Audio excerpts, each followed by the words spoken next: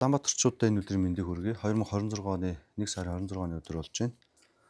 За саяхан шинэ он гараад одоо ингээд байгаа 2025 оныхоо ер нь бол ажил үүргийг дүгнэх, аудит хийх ийм цаг үе ирсэн. Бид нар жил болгон хуулийн дагуу он гараад хуулийн хугацаанд заасны дагуу олон төрлийн аудит шалгалтуудыг бол өнгөрсөн жилийнхээ төсөл хөтөлбөрүүдэд бол хийдэг боломжтой. За үүний дагуу саяхан нийслэлийн аудитын газар дээр аудитын хурлын үеэр яригдсан зүйл дээр ярилцж байхад Улаанбаатар хот маань ер нь 2025 онд бас маш өндөр төсөвтэй буюу 4.2 их найттай байсан олон төсөл хөтөлбөр хэрэгжүүлсэн. За энэ дээр ингээд ямар хууль тогтоомжууд хэрэгжилж явсан юм бэ гэдэг талаар бас яригдаа танилцуулга өгсөн. Тэгэхээр өнөөдөр би бас 2025 онд нийслэл Улаанбаатар хот 16 мега үзлийн 10-ыг бол гэрээсэн. Мөн 200-аад жижиг хэмжээний дунд хэмжээний төсөл хөтөлбөрийг бол эхлүүлж үргэлжлүүлээд явж байсан. За үүн дээр Улаанбаатар хотын хэмжээнд төсөл хөтөлбөрүүдэд нийт 5 хуулийн хэмжээнд бол хэрэглэгдээд зарим хуулиудыг шинээр хэрэгжлээд үргэлжлүүлээд хэрэглээд ингэ явж байгаа ийм асуудлууд байгаа. Тэгэхээр энийг бас Улаанбаатарчуудаа холбогдох байгууллага, аж ахуй нэгжүүд мөн одоо хянан шалгадаг байгууллагуудаас зөв мэдээлэл өгье гэдэг зорилгоор бас өнөөдөр танилцуулга хий гэж бодлоо. За өмнө бидний одоо аюу олон жил уламжлалтаар одоо улсын ажил явуулдаг одоо хууль бол төрийн болон орон нутгийн өмчийн хөрөнгөөр бараа ажил үйлчлэгээ худалдаа авах тухай хууль гээд биднүүсийн нөгөө уламжлалтаар тендерийн тухай хууль гэж ярьдаг хууль байгаа. За тендерийн тухай хууль бол бид нар бүгдээрээ мэднэ. Төсвийн мөнгө болон гадаадын зарим бонд, зээл тусламжийн мөнгүүдийг бас хуулийн дагуу тендер зарлаад сонгон шалгаруулалт явуулдаг ийм зохицуулттай. За харамсалтай нь бас яг зүгээр манай одоо байгаа тендерийн хуулийн нэг дутмаг тал байдаг. Энэ 34-ийн 9-10 дугаар залтан дээр тодорхой заагдсан буюу чанарын үзүүлэлтээр тэнцвүүлээд оноо өгөхгүй харин чанарын үзүүлэлтэндээ тэнцсэн компаниуд үнээрээ өрсөлдөд хамгийн хямдхан үнэтэй тендерч шалгардаг ийм үндсэн суурь зохицуулттай. За оноо өгөх дотоодын аж ахуй нэгжүүдэд даваа оноо өгөх гэсэн хуулийн заалтууд байдаг боловч яг энэ нь бол практик дээр бол төдийлөн бас сайн хэрэглэгддэг. Тэгэхээр одоо байгаа энэ уламжлалт төрийн болон орон нутгийн өмчийн хөрөнгөөр бараа ажил үйлчлэгээ авах тухай хуулийн дээр бол ер нь бол техник үзүүлэлт тэнцсэн хамгийн хямдхан оноо өгсөн компаниуд бол ялгараад байдаг. Чанарын үзүүлэлтүүд бол туршлагын үзүүлэлтүүд бол нэх орж ирдгүй ийм одоо үндсэн хууль байж байгаа. Энэ хуулиар бол бас өнгөрсөн жил нэлээ гол тендерүүд бол явсан. За дараагийн миний ярих гэдэг Улаанбаатар хотод өөр хэрэглэгдэж байгаа үндсэн зарчим. Одоо бид нар чинь төрийн үеийн түншлэл гэж их ярьдаг болсон. За төрийн үеийн түншлийн тухай хуулийг би одоо та бүхэнд ярих гэж байна. Энэ бол хоёр дахь гол өнгөрсөн 2025 онд биднээсийн хамгийн голчлон барьж хамгийн түрүүнд хэрэгэлсэн хууль. Ингээд товчлоод ярих юм бол төрийн хувийн эзлэлийн түншлэл TPP, англиар бол PPP буюу Public Private Partnership гэдэг. За гэрээг бол PPPA гэж хэлдэг. PPPA буюу Public Private Partnership Agreement гэдэг ийм том гэрээ байдаг. За төрийн үеийн түншлийн тухай бол 2022 онд батлагдаж, за сая өнгөрсөн 25 онд бол хуулийн шинжилэл орсон. За төрийн үеийн түншлийн гол зарчим нийтлэг үндэслэл бол за нийтийн зорилттой дид үтц төрийн үйлчилгээний салбарт төрийн түншлийн төслийг хэрэгжүүлэх хувийн хөгжлийн оролцоо хөрөнгө оруулалтыг дэмжих төрийн үйлчлэл эрсдлийн оновчтой удирдлагад суурилан түншлийн гэрээнүүд байгаа урт хугацаанд хамтран ажиллах болон санхүү төсвийн зорилттой удирдлагыг хэрэгжүүлэхэд эрх зүйн таатай орчныг бүрдүүлэх вэ гэдэг. Нэгсэндээ хувийн хвшил өөрснөө төслийг санаачилдаг, санаачлаад хэрэгжүүлэх ийм боломжтой зохицуулж өгсөн хууль. Тэгээд нийслэл Улаанбаатар хот 2025 онд анх удаа хэрэгжүүлээд хоёр төслийг бол амжилттай яг энэ хуулийн дагуу анхны шалгаруулалт хийсэн. Энэ Улаанбаатар хотын томоохон мега төслүүдийн нэг болох ТЭЦ 5 төсөл. За хоёрт нь болохоор хогш тааж эрчим хүч гаргах гэсэн төслүүд бол амжилттай 2025 онд бол шалгараад гэрээсэн. Одоо том гэрээний PPPA гэрээний дагуу хавсралт гэрээнүүд бол хэлцээрүүд хийгдэж байгаа. За энэ хоёр гэрээ бол шалгаасан. За төрийн үеийн түншлийн гэрээн дээр яг нэг хүндрэлтэй тал нь 4 үе шаттай байдаг.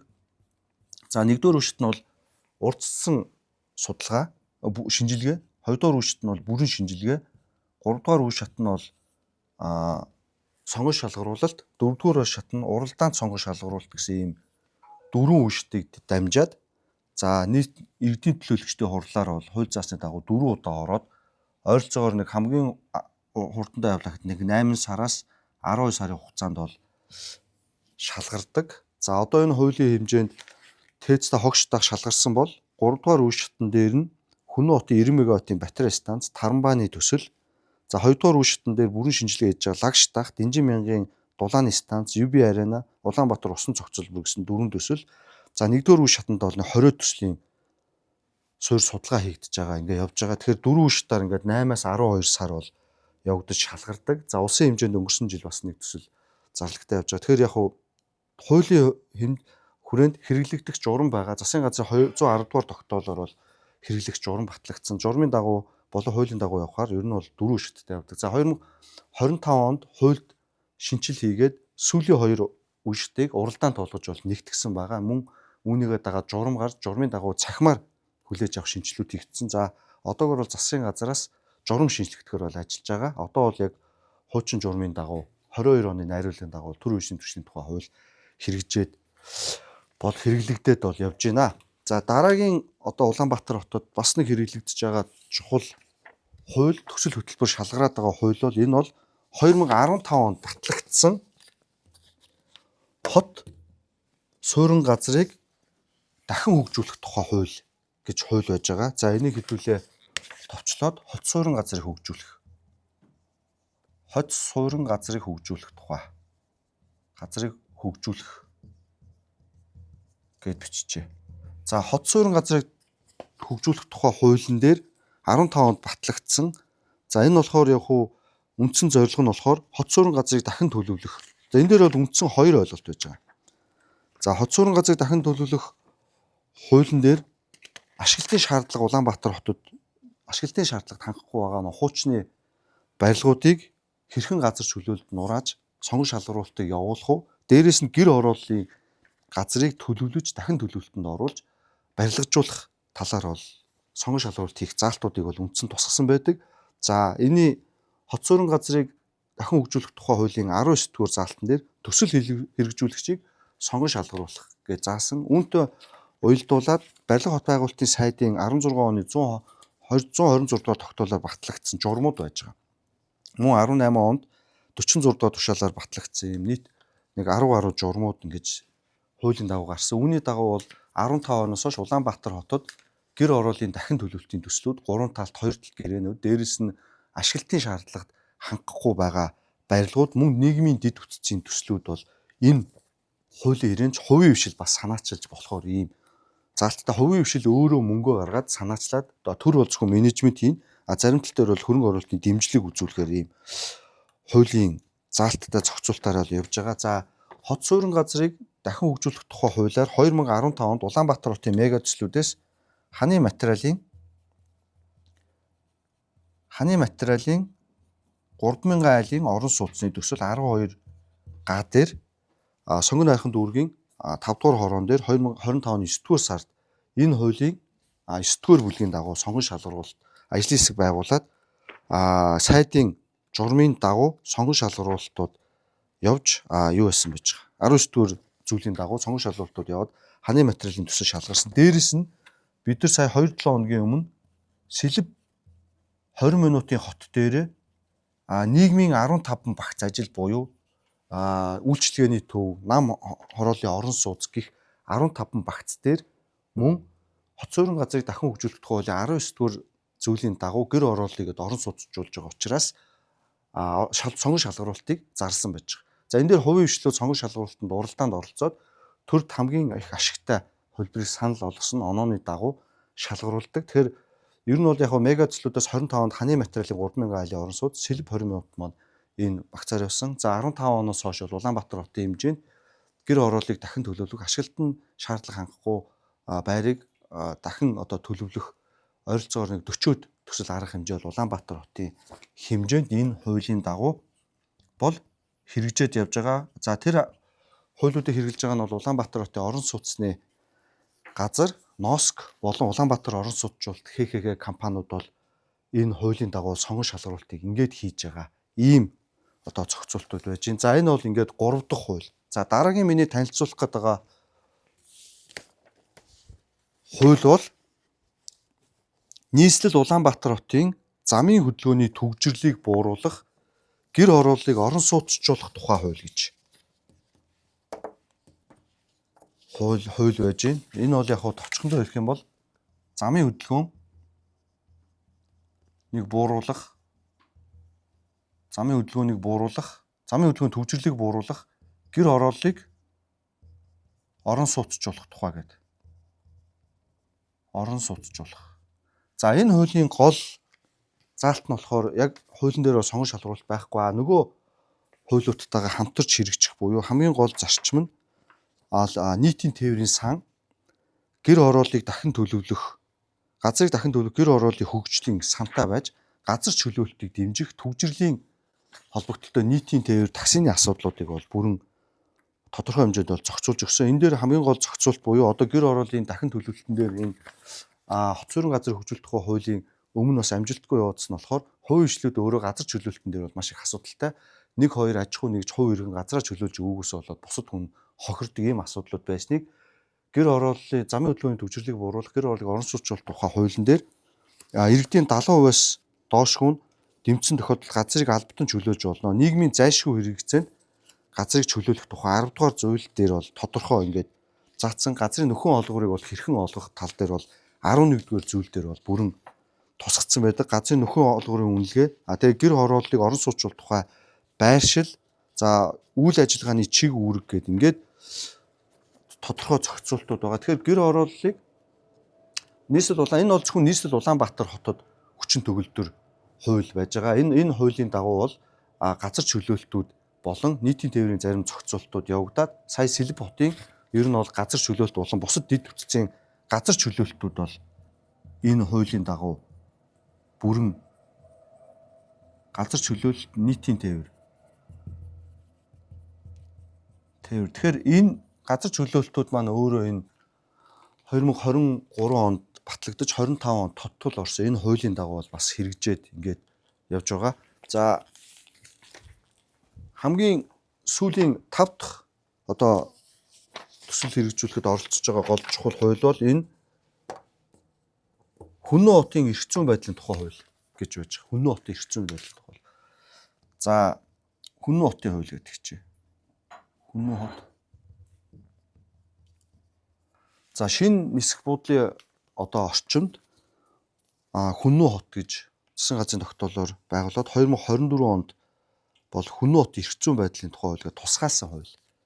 Хүннү хотыг байгуулж хөгжүүлэх тухай энэ хуулийг бол 24 онд бол батлагдсан. За хуулийн гол зорилго нь бол бүс нутгийн тэнцвэртэй хөгжлийг хангах, Монгол Улсын нийслэл Улаанбаатар хотын төвлөрлийг сааруулах, орон зай оновчлолтой төлөвлөлт бүхий дагуул хот байгуулах.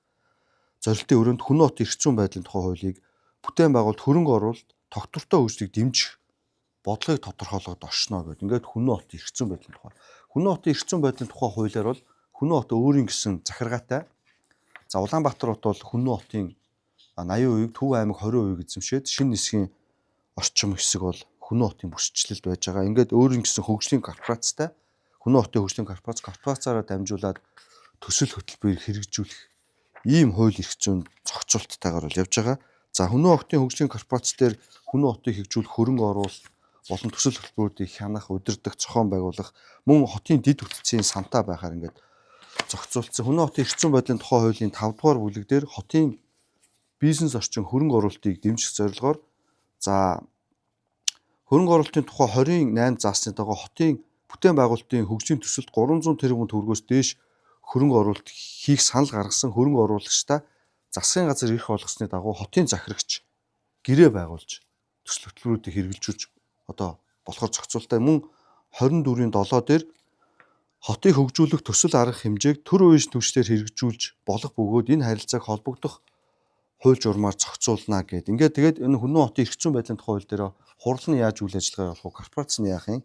Дээрээс нь за хотын татвар бүсчлэл зохион байгуулалт газрыг одоо ямар төсөл хөтөлбөрт олох юм бэ гэдэг ийм зохицуултаар Хүннү хотын эрх зүйн байдлын тухай хууль бол ингээд явж байгаа. Тэгэхээр Улаанбаатар хотод бас шинэ нисхийгээ дагаад бид нар сүүл Хүннүү хот дээр олон улсын таранзит зочид буудал, дээрээс нь одоо 90 мегаваттын өөрийн их үүсвэртэй батарей хуримтлуур болон бусад төслүүдийг дэд бүтцүүдийг бол хийж байгаа. Нийт дэд бүтцүүдийн 15 багц ажил одоогоор нэг 70% дундаж гүйцэтгэлтэй явж байгаа. Бид нар 2026 оны дулааны улирал дуусахад одоо энэ жил анхны Хүннүү хот дээр орон сууц төслүүдийг сонгон шалгаруултыг Хүннүү хотын эрх зүйн байдлын тухай хууль болон мөн үнэ уултай холбогдуулаад төрийн үеийн түвшний тухай хууль, хот суурин газрын хөгжүүлэлт тухай хуулиудын заалтуудын дагуу сонгон шалгаруултыг хийнэ гэж бас бодоод төлөвлөд ажиллана. За Улаанбаатар хотын тэгэхээр өмнө бол уламжлалт ойлгоор зөвхөн тендерийн тухай хуулиар төсвийн мөнгөөр сонгон шалгаруулалт хийдэг байсан бол одоо төрийн үеийн түвшний тухай хууль, хот суурин газрыг дахин хөгжүүлэх тухай хууль, нийслэл Улаанбаатар хотын замын хөдөлгөөний төвчрлийг бууруулах, гэр ороолыг орон сууцуулах тухай хууль, Хүннүү хотын эрх зүйн байдлын тухай хууль гэсэн ийм 5 хуулийн холболтоор зохицуулалтаар хувийн хвшлэл өөрөө төслийг санаачлаад, тэзүү санаачлаад, төслөө санаачлаад төртөөгөө хамтарч ажиллах ийм хууль эрх зүйг бол нээж өгөөд ингээд Улаанбаатар хот манлайлаад ажиллаж байгаа. За энэ дөрвөн хуулийн үндсэн зорилго бол өөрөө төрийн үеийн түвшил хамтрах хэрэгтэй. За хувийн хвшлэл өөрсдөө мөнгө нь байна, санхүүжилт байна, бизнесийн санаа нь байна. Төр менежментээр дэмжиж өгөөд шаардлагатай гэвэл бас төсөв зээлийн хөрөнгө оруулалтаар нийгмийн одоо төслүүдтэй зарим байдал дээр татаас хэлбэрээр олгоод ингээд дэмжиж болно гэсэн ийм хуулийн үндсэн үндэслэл агуулгатай. Ингэснээр бид нар төсвийн мөнгийг хэмнэн. За дэлхийн нийтэд сүүлд одоо Турк улсад дэлхийн хамгийн том нисгуудлыг барьж, энэ нь бол төрийн үеийн түвшээр PPP-гээр ярьж байгаа. Төсөөс мөнгө гаргахаа болсон. Ер нь бол төрийн үеийн түвшийн тухай энэ хуулиудын зохицуултуудыг бид нар зөв хэрэгжилж практикт нэвтрүүлснээр дахиж төсвийн мөнгийг хэмнэж төрөөс мөнгө гаргахгүйгээр хувийн хвшлээд өөрсдийн санал санаачлагтай дэмжиж нээлттэй хувийн хвшил төр хоёр хамтарч ажиллах ийм зохицуулттай ийм хуулиудыг бол хэрэгжилж байгаа. За Улаанбаатар хотын зөвхөн 16 мега төслүүдээс 10 өнгөрсөн жил гэрээсэн. Би үүнүүд дээр жишээ татаа зөвхөн хэлье. За хоёр төсөл нь бол ТЭЦ-та хогштай хоёр бол төр үеийн төсөөр шалгарсан байна. За хот суурин газрыг дахин хөгжүүлэх тухай хуулиар ханы материалын 3000 айлын орон сууцчлалт, сэлб 20 минутын нийгмийн төслүүдийн 15 багц зарлагдсан явж байгаа. Тэгэхээр 10 гэрээсэн төслөөс 4 нь энэ хоёр хуулийн хэрэгжилтэнд ингээд явж байгаа. Үлдсэн 6 төслөөс бас эднүсээс нэмэгдээд 6 дахь зохицуулт нь бид нар ямар зохицуулт байдаг вэ гэвэл засгийн газар хоорондын хэлцээрээр буцалтгүй тусламж нэг өнгөлттэй зээл авж байгаа тохиолдолд бол шууд гэрээлэх тухайн олон улсын байгууллагын журмаар эсвэл Exim банктай яриад засгийн газар хооронд тохирж байгаа тохиолдол дээр тухайн улсын Exim банкны шаардлагын дагуу сонгон шалгаруулалтыг явуулдаг ийм төсөл хөтөлбөрүүд байдаг. Энэ бол одоо засгийн газар хооронд гэх юм уу те засгийн газар хооронд хэлцээр. За энэ хуулиуд дээр бол мега төслүүдээс явж байгаа нь дүүжин тээвэр, баян өшөө орон сууцжуулах, орон сууцчлалт төслүүд гэдэг ингээд хоёр төсөл явж байгаа. За тэгээ ингээд 10 мега төслөөс 6 төсөл нь 4 төсөл нь бол ингээд энэ хоёр хуулийн дагуу засгийн газрын хоорондын хэлэлцээрээр хоёр төсөл нь. За ямар төслүүд 2025 онд яг энэ уламжлалт тендерийн тухай хуулиар шалгаруулалт явагдсан байг мега төслүүдээс харах юм бол за Сэл ботын эхний бүтээн байгуулалтын багцууд байж байгаа. За Хүннүү хотын ариутгах татваргын төсөл, за Эмэлт эко аж үйлдвэрийн ариутгах татварга болон дулаан цахилгааны станцууд гэсэн төслүүд бол уламжлалт тендерийн хуулиар явсан. За ийм одоо шалгаруулалтууд явж байгаа. Тэгэхээр Сэлб хот маань өөрөө бол яг бондын босгосон мөнгөн дээр явсан. За тэгээ дээрээс нь дөрөвт нь болохоор туулын хурдны зам. За тэгэхээр ер нь бол яг төсвийн мөнгөөр хөрөнгө оруулалтаар 2025 онд нийслэл Улаанбаатар хотод тендерийн тухай хуулиар зөвхөн Хүннүү хотын ариутгах татварга, Эмэлт эко аж үйлдвэрийн ариутгах татварга, дулаан цахилгааны станц, туулын хурдны замын гэсэн 3 ийм мега төсөл маань төсвийн хөрөнгө оруулалтаар тендерийн тухай хуулиар Сэлб хотын маань инженерийн дэд бүтцийн багцууд бондын мөнгөөр тендерийн тухай хуулиар явсан. За бусад 4 тэгэхээр төсөл. Тэгэхээр 6 бусад төсөл нь засгийн газар хэлцээрээр за 2 нь хот суурин газрыг дахин хөгжүүлэх тухай хуулиар, 2 нь төрийн үеийн түвшний тухай хуулиар явсан байж байгаа. Тэгэхээр хуулиудыг бас зөв хэрэглэх, хуулиудыг дагаад холбогдох засгийн газар болон харьяа яамдуудын журам гардаг. Хууль дээр бол үндсэн зарчмыг дагаад журмууд дээр бол хэрхэн яаж хэрэгжүүлэх процессыг илүү тодорхойлж өгсөн байдаг. За тэгэхээр 2025 оны зөвхөн мега төслүүдийг харж үзэхэд юм байна. Жижиг болон дунд ойрын 200-га төсөл арга хэмжээний ойролцоогоор нэг 60-70% нь бол үргэлжлээд хуучин шалгарсан байсан уламжлалт тендерийн тухай хуулиар бусад төсөл арга хэмжээ бол ер нь бол хот суурин газрыг хөгжүүлэх, дахин хөгжүүлэх, төрийн үйлчлийн түншлэлийн тухай хуулиар сонгон шалгуултууд хийгдэж Улаанбаатар хотын замын төвчрлийг бууруулах, гэр ороолыг орон сууцуулах тухай хууль болон Хөнөө хотын эрх зүйн байдлын тухай хуулиар газар болон бусад зохицуултууд холбогдож ингэж хэрэгжиж байгаа. Мөн засгийн газрын хоорондын хилцээрээр олон улсын донор байгууллагууд засгийн газрын хоорондын Экзим банкны төслүүд бас хэрэгжиж байгаа. Тэгэхээр энэ талаар мэдээллийг бас манай төрийн албаныхан маань зөв авч иж энэ хуулиудаа зөв хэрэглэх. Дээрээс нь бид нар одоо хандлагын хувьд манай төрийн байгууллагууд хувийн хвшилтэйгээр хамтарч ажиллах, дэмжих, хувийн хвшил өөрөөр төсөл хөтөлбөр санаачлаад хамтран хэрэгжүүлэх боломжийг энэ хуулиудаар ингээ нээгээд өгсөн. Тэгээд цаашаа бол энийг бол бид нар цаашаа бол зөв хялбаршуулад хуулийнхаа алдаа оноог бас засаад саналаа өгөөд хуулиа ингээ тодтогоод бол ажиллахаар саналуудаа өгөөд ингээ явж байгаа. Төрийн үйлчлийн түвшний хууль бол оны өмнө шинжлэгдсэн, одоо журмаа хуулиаж байгаа. Хот суурин газрыг дахин хөгжүүлэх болон бусад хуулиуд дээр бас саналуудыг бол боловсруулад ингээд явж байгаа гэж бас хэлье. За тэгээд Улаанбаатар хотын хувьд бол хуучин ингээд уламжлалт хувийн хвшлээсээ ингээд цухтаадаг тийм ээ. Хувийн хвшлтэйгээ очиод уулзаал бизнесийн төлөвлөлт ярихаар нөгөө албан тушаалаа уруулан ашиглаж төрийн бол орон нутгийн хөрөнгөөр худалдаа авах үйлчлэгээ нөгөө тендерийн тухай хуулиараа нөгөө мэдээлэл өгвөл албан тушаалаа уруулан хэтрүүлэн ашигласан болчих гээд байдаг ийм уламжлалт бид нар зохицуулттай байсан бол одоо энэ зохицуултаас ийшээ юу явж гинэ гэд хэлэх юм бол эндээс ийшээ төр хувь хоёр бол найзууд хамтрах хэрэгтэй байна. Төр хувийн хвшил өөрөө бизнес санаачлагаа гаргаад төр бол тэн дээр менежмент, төрийн зохицуулт, зарим шаардлагатай нийтийн тээвэр, нийтийн эдэлбэр газар, цэцэрлэгт хүрээлэн, за тарамбай, эсвэл одоо лаг шатах гэдэг төслүүд дээр ч юм ашиггүй төслүүд байвал төр тодорхой хэмжээнд хэрэглээний татгасын өгье.